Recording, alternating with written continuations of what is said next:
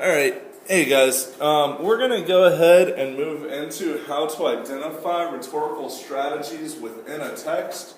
There are a couple of things that need to be done here. And I know there are 4 or 5 of you saying, wow, I really needed to hear this because it's going to make all the difference, hopefully. So first, if you do not know the definitions of rhetorical strategies, that is your starting point. If you don't know those, nothing else I say in this video matters. You need to learn them. Step number 2. After you know the definitions, you have to be able to look at a sentence and say, this is an example of alliteration. So what I suggest is going through your list of rhetorical strategies and coming up with about 5 of your own examples of each strategy.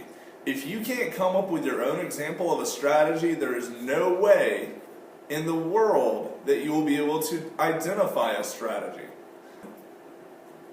This is not an assignment, it's not for a grade, but if you are having a hard time identifying strategies, that is on you. So let's say it again. It is on you to learn these strategies, make sure you understand them, go through your list of strategies, write out about 5 different examples of every single strategy, and make sure you can do it.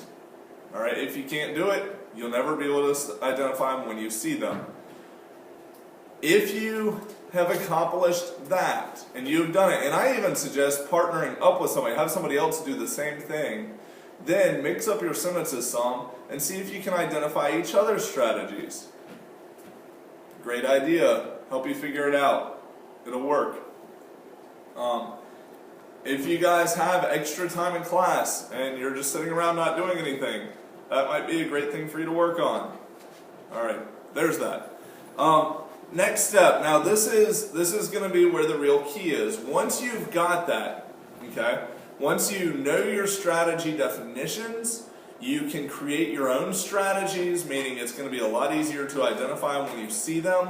The next tip is to go ahead and identify which ones are used the most frequently and are yet easy to recognize, right? So my suggestion is get your list of rhetorical strategies out right now. I'm going to give you a second.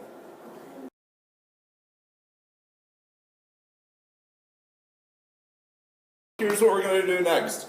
We're going to take this list of strategies and we're going to identify those strategies that are easier to identify and they show up more frequently, and we're going to go ahead and just deal with those first and get them out of the way. Alright, so alliteration, good one. Maybe put a star beside the words that I highlight. I'm not sure how you want to go about this approach, but that'll allow us the opportunity to consider which key strategies we should be looking for every time.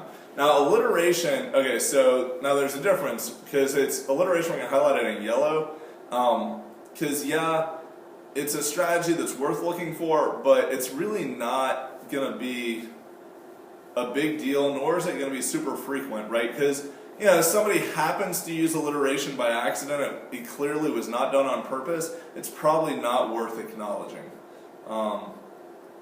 So there's that. Assonance, probably not.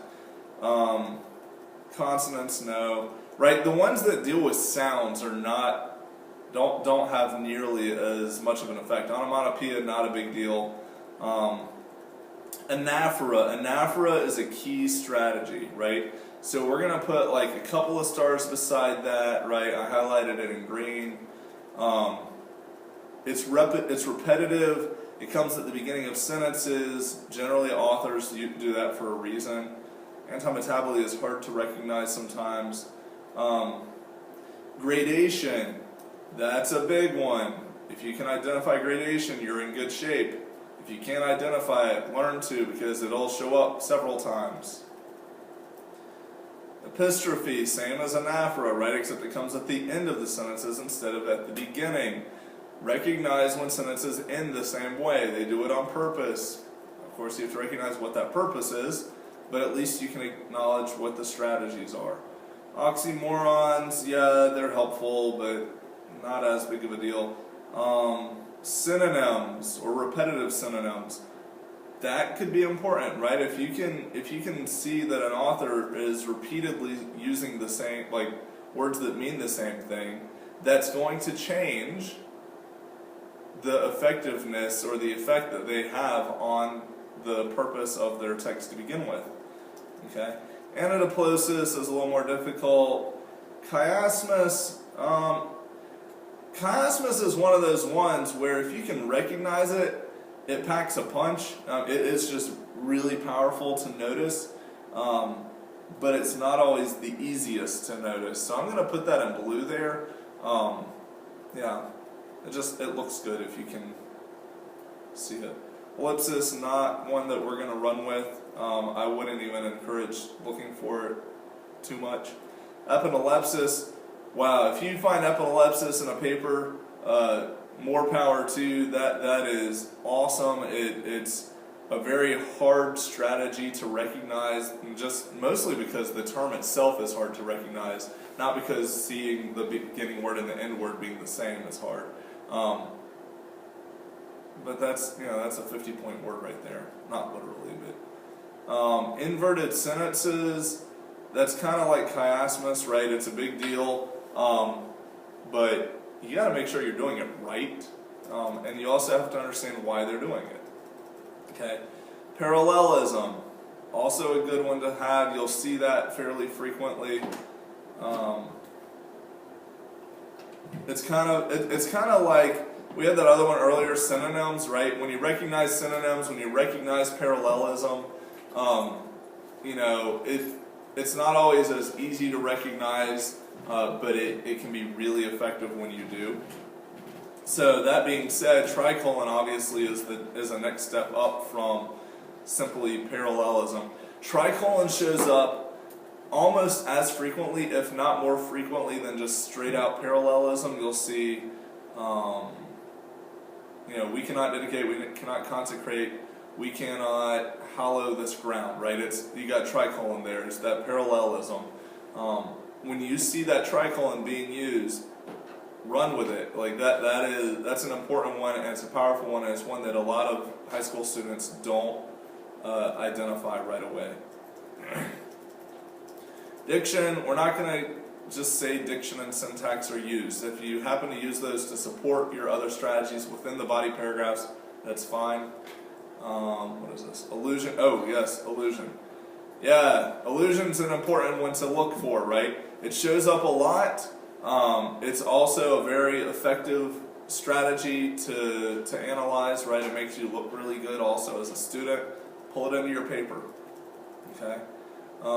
Antithesis. Yeah, if you can find antithesis, this is kind of like those other words, like chiasmus, right? It's this 50-point word, so to speak, right? It's powerful. It packs a punch. If you recognize it, you will be rewarded for that. All right.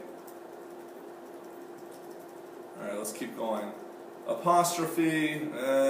While that's interesting, it's not worth really digging into. Connotation and denotation. I'm not going to highlight these, but if you see an author who uses a word to mean something other than what the word actually means, identifying connotation against the denotation of the word would be an effective use of analysis. Not doing the devices of sound. Euphemisms, they're interesting, but again, they're just not as big of a deal. Euphemisms kind of tie in with understatement. Like, if it's used, you really have to focus on why it's used in an effective manner, right? And if you can do that, it can be, again, super powerful, but it's hard to recognize sometimes. Doesn't show up nearly as often. And when it does, the question is was the author just using it to use it, or did they use it in a way that packed a punch, right? Metaphor shows up a ton. If you see metaphor, bring it into your paper. And I'm going to give you some extra information here. There's this thing that's called an extended metaphor. You might want to write this onto your packet. An extended metaphor is going to be a metaphor that takes up a lot of space, right? It'll be a metaphor that uses the entirety of an essay or a full-length paragraph or something along those lines. So if you can say, the author uses extended metaphor when they compare, I don't know, Shaquille O'Neal to the Empire State Building, and this metaphor took up the better course of an entire the entire second paragraph, right? And then you explain why that matters. You're in good shape. It'll make you look good because you'll recognize, oh, it's not just a metaphor, it's an extended one. All right, simile is like metaphor. It shows up a bunch. Easy to find, easy to recognize, especially when you start seeing words like or as. You see that comparison thing going on, right?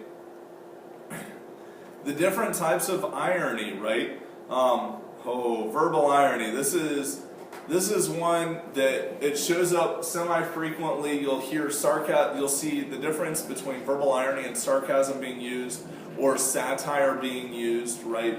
And I don't know that I have all those words on this document, so I can't show them all to you.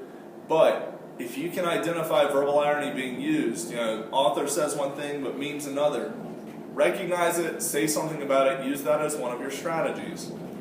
Hyperbole is kind of like understatement, right? But it shows up more frequently than understatement does, and it tends to be utilized correctly every time it's used. So recognizing hyperbole is an effective thing to recognize. Okay, verbal irony, hyperbole. Yeah, that's good. Imagery. Imagery is not one of those things that you want to recognize a lot. I'm not going to highlight it unless, this is a big unless, if imagery is used throughout the text over and over and over again, it is worth noting. Or if there's just like a good 2 or 3 sentences that are really vivid in terms of their picture. Actually, I will highlight it, but I'm going to highlight it that blue color because you have to use it correctly, and it's really powerful when done right. Okay. Juxtaposition. This is a great one. All right, we're going to put this in green. So it's kind of this matter of, it shows up pretty frequently, not all the time, but pretty frequently. Somebody will suggest one idea, but then they'll say, but I don't agree with this idea. Instead, I stand for this, right? Comparing the factory workers to the factory owners. There's juxtaposition there, right? Talking about different ideas that contrast against each other and just putting them side by side to emphasize, one over the other. Juxtaposition is really solid if you can find it, okay? And it does show up frequently, okay? So then we've got narrative techniques, no. Point of view, no. No one cares about those things. Time, dialogue, monologue, don't worry about it. Paradox. Paradox is next to impossible to find. We're going to avoid it. Unless you're dealing with like a piece of science fiction, probably not going to show up a lot. It might though, so don't completely discount it if you already know it. Personification probably won't show up a lot. We'll highlight it, and we'll put it in that, we're going to put it in that blue color, because when it's done correctly, it's worth noting, but if it's just like, it happens to be there, it's not worth saying anything about it, okay? Rhetorical questions, if it's just like, honestly, these show up a bunch. People like to ask questions where they don't necessarily answer them in order to make a point. I think that this is worth acknowledging whenever it shows up, especially if it shows up a bunch. If it shows up a bunch, the author clearly has a very notable style in their writing. All right, we talked about satire earlier. It kind of fits along the lines of verbal irony, right? If there's satire, bring it out, say something to the effect, it matters, okay? Setting, structure, we already talked about structure and setting.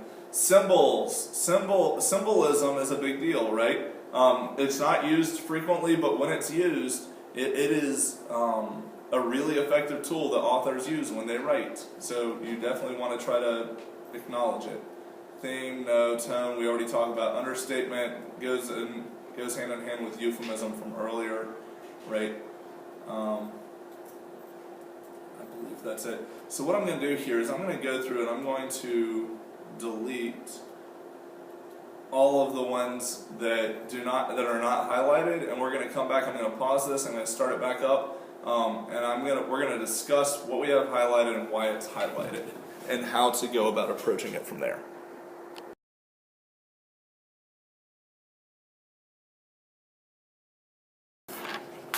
Alright guys, so I'm back. I've gone through, I've edited out the definitions and all the words that were not nearly as big of a deal. You will note that I took alliteration out on top of that. I just don't think alliteration is really worth acknowledging to begin with. Not unless it is very clear as to why the author is using it, as I stated before. Alright, so here's our list. If you want to write this down, you can. I'm going to leave this up here for a second while I talk about it. So we've got 3 words here in yellow. We've got similes, rhetorical questions, and metaphors. And I separated simile and metaphor so you could see that extended metaphor kind of is a plus, right? Similes, rhetorical questions, and metaphors are the most obvious. They show up the most frequently. You're going to see them over and over and over and over again in just about any text you read. If you cannot identify a simile or a metaphor, you really need to start reading more. Read more texts, read more books, read more articles, read more anything. Watch some movies, listen to people talk, because they use like and as when they compare things. They start saying that he was a beast as a metaphor, right? Like, you have to be able to recognize these terms. Make up your own similes and metaphors. Come up with like 20 of them if you have to, just to be able to start getting used to identifying them. Rhetorical questions should also be equally as obvious. If there is a question and it does not have an answer following the question, it is probably a rhetorical question. End of story. Okay? What I would do is when I see my rhetorical text that I need to analyze, I would go ahead, identify the purpose first, and then I would run through my list of strategies in my head. Okay, first let's look for similes, metaphors, rhetorical questions, and see if there's any of that. Okay, none of that, or yes, some of that's in there. All right, let's move on. Now, here's where we get into the good stuff. All these ones in green, they show up fairly frequently, and they also pack a bunch of punch. They don't show up nearly as frequently as the yellow ones do, but they still show up. You'll still see probably 4 or 5 of these in almost every text that you read. Okay? So 1, the extended metaphor. This is when that metaphor takes more than just a sentence or 2, right? Anaphora is when there's repetition at the beginning. Martin Luther King's I Have a Dream speech. Gradation, right? That's, when we see that ascending or descending order of increasing power, right? I walked, I jogged, I ran, etc. Epistrophe, this is the opposite of anaphora, comes at the end of sentences. Synonyms. Synonyms are a big deal when they're used over and over and over again. If it's just like, a word here and then another word used later on, that's not nearly as big of a deal and not even worth really saying anything about. All right? Parallelism, right? You've got a couple of sentences that have similar structure. Author probably did that on purpose, or let's say you have entire paragraphs with the same structure. That's probably worth noting. All right, tricolon, this is when you have 3 instances of parallelism. Allusion, you'll see, okay, so allusion's one of those ones that could be yellow or green, depending. So I'm actually going to do this number to it. All right, and that's, the reason I say this is because it shows up almost as frequently as similes and metaphors do. But not only does it show up almost as frequently as similes and metaphors, but it's also has that power effect of finding these other strategies, right? It's something that a lot of students just don't acknowledge, and it shows up in almost every essay you will ever read. All right, yeah. If you're not acknowledging an allusion in a text, you probably missed something in the text. All right, verbal irony, sarcasm, not necessarily sarcasm. It doesn't necessarily have to insult somebody per se, but it could just be saying one thing meaning another. Right, hyperbole happens quite a bit, not nearly as much as allusion, but still happens quite a bit. Exaggerating, extreme exaggeration. Right, authors do it a bunch. Juxtaposition. I would actually say juxtaposition probably happens almost as frequently as allusion does. Maybe not quite as often, but almost as often, because you see these authors, they'll compare ideas against each other. They'll contrast one idea with another side by side, and they'll juxtapose those ideas. And they do it on purpose, right? They're trying to make a point. Acknowledge the juxtaposition. Absolutely worth it. Satire, political sarcasm, if they're making fun of somebody in politics, bring it and show it. Say something to that effect. Symbolism happens quite a bit. Understatement happens some, not as frequently, but it's still a pretty powerful thing. Now these last few here in blue, those 6 there, chiasmus through personification. Personification's not as valuable, but if it does happen and it's done effectively, it can be. But more specifically, chiasmus through imagery. These are 6 strategies that, when you acknowledge them and you can find them, and you can find them used correctly and explained well, and you understand why they're used, they will have some of the strongest impact on your score of any strategy that you recognize, right? Chiasmus, inversion, antithesis, those are things that a lot of students don't recognize. When they're recognized, they're powerful. Euphemism, imagery, and personification, most students will recognize these things, but are they always valuable? And the answer is no.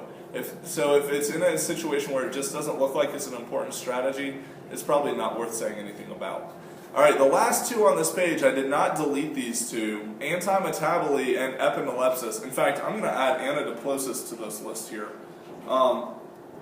Because if you find these 3 things and you can say, hey, here is an example of antimetaboly and here's why it was used word for word in reverse order, or here's epinelepsis where the first word and the last word are the same, or here's anadiplosis where the last word and the first word are the same.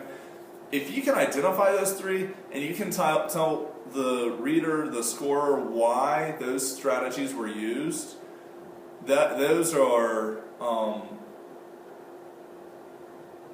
will bump up your rhetorical analysis score by a solid half a point, maybe even a full point if you can explain it really well. But that's assuming that the rest of your paper is pretty good also, right? With a rhetorical analysis, finding these blue words, finding these last 3 and doing them well, finding multiple green words, staying away from the yellow words as much, those types of things are what are going to bump you up to the higher scores, right? But regardless, you want to be able to do this. So when I'm going into a rhetorical analysis essay, I'm reading the text, I'm skimming and scanning for my purpose, finding it, right? Read the thesis, read the conclusion, read the main idea of each body paragraph, and move on, figure out the purpose. Then I go into analyzing my strategies and how they accomplish the purpose, right? Well, I find the tone first, then I analyze the strategies. And so I'm going to look for similes, metaphors, rhetorical questions. I'm looking for allusions and juxtapositions, right? If any of those things show up whatsoever, simile, rhetorical question, metaphor, allusion, juxtaposition, I've got a paper that I can write, right? At least 2 of those, because then you got 2 body paragraphs, assuming there's multiple versions of it. Then I'm going to start looking for some of these green ones, some of the easier ones. Anaphora, gradation, synonyms, tricolon, right? Those are going to be easier ones to find. Juxtaposition, well, we already did that one. Symbolism, right? Those are going to be pretty easy. But you have to get in the habit of looking for specific strategies, right? If you are capable as you're reading just to recognize strategies, that's great, keep doing it. But if you are struggling to recognize strategies right away, pick a strategy, briefly and quickly look through the text, see if you can find any examples of it. If not, move on to the next strategy and just try to go through it in that order. But that also means you have to have a list of strategies kind of memorized in an order that you want to look for them. It's better to be able to just read through and say, oh, hey, there's an example of this. Oh, that's an example of this. But if you can't do it, have your list in your head and start looking for them as you're reading, or look for just one strategy all the way throughout, move on to the next strategy. And then after you've seen the text once or twice, you're going to say, oh, yeah, were there any examples of this? Oh, I remember that, yeah. Right? So there's that.